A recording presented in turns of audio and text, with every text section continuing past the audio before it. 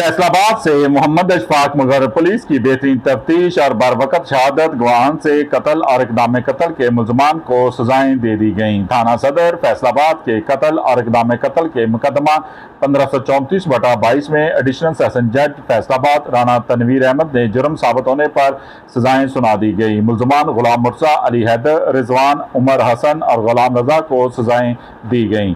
मुलजमान रिजवान और उमर हसन को सजाए मौत 10 लाख रुपए जुर्माने की सजा सुनाई गई। मुलजमान अली हैदर और गुलाम रजा को उम्र कैद और 10 लाख रुपए जुर्माने की सजा सुनाई गई। मुलजम गुलाम मुर्तज़ा को 7 साल कैद और जुर्माने की सजा सुनाई गई। मुलजमान ने 3 साल कबल साबका रंजिश पर मोहम्मद तैयब को कत्ल, मोहम्मद ताहिर, मोहम्मद जुबैर, शेर मोहम्मद और मोहम्मद अशरफ को मजरूब किया था। पुलिस ने मुजरिमान को गिरफ्तार करके ठोस शवाहिद के साथ चालान किया।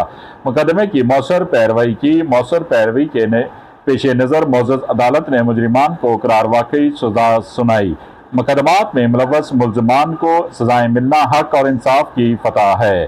देखते रहिए GS न्यूज़। इस वीडियो को लाइक करें, हमारे चैनल को सब्सक्राइब कर बेल आइकन जरूर प्रेस करें